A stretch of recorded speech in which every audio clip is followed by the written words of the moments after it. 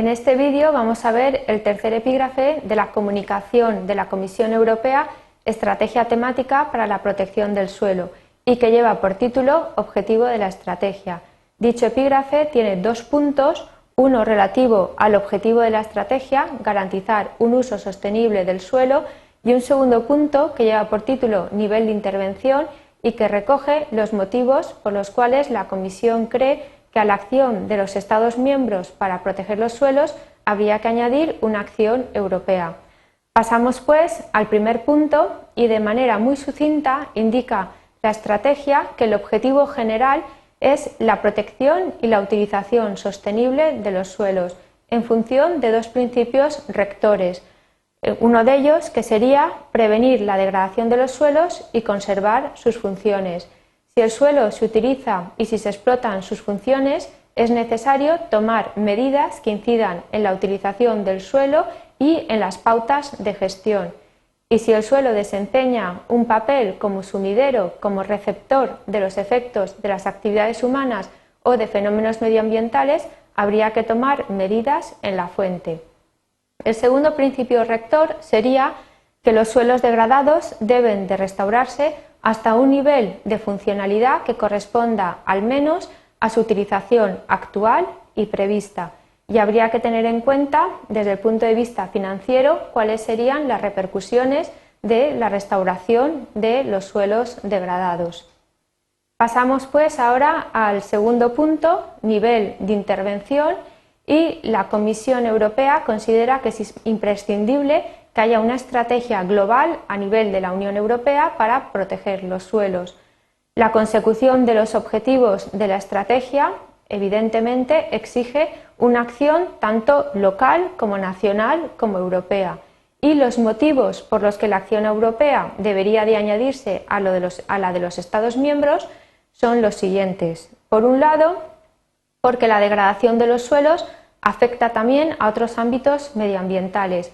Así, la degradación del suelo afecta a la calidad del agua, a la calidad del aire, a la biodiversidad, a la mitigación del cambio climático.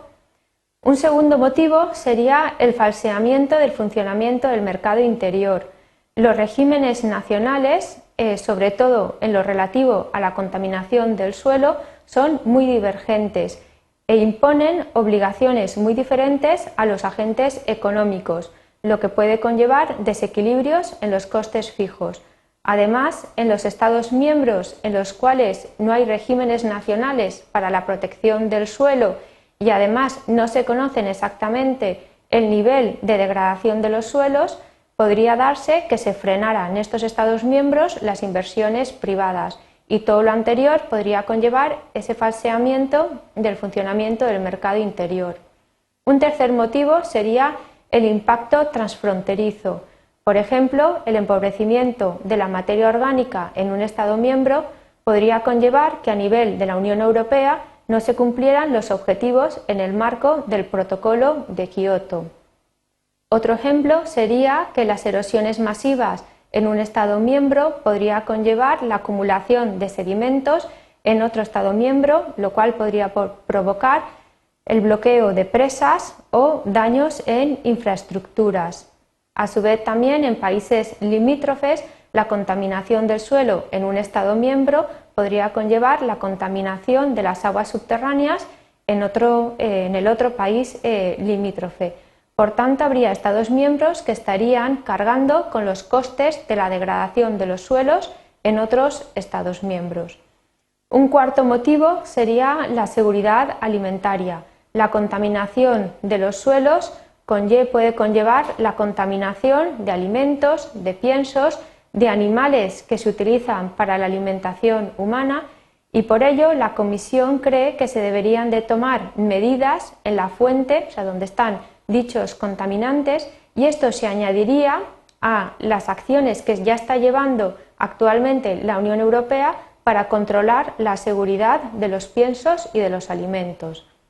Y un último motivo sería la dimensión internacional. Cada vez hay una mayor concienciación a nivel internacional sobre la protección de los suelos y hay un mayor número de acuerdos internacionales. y con el establecimiento de un marco adecuado y coherente que permita tanto el conocimiento como la gestión del suelo, la Unión Europea podría desempeñar un papel de liderazgo a escala internacional, facilitando la transmisión de conocimientos y la asistencia técnica. Para concluir, indicar que la Comisión considera que los Estados miembros no pueden alcanzar de manera suficiente el objetivo de la protección y uso sostenible del suelo y por ello es imprescindible una estrategia común.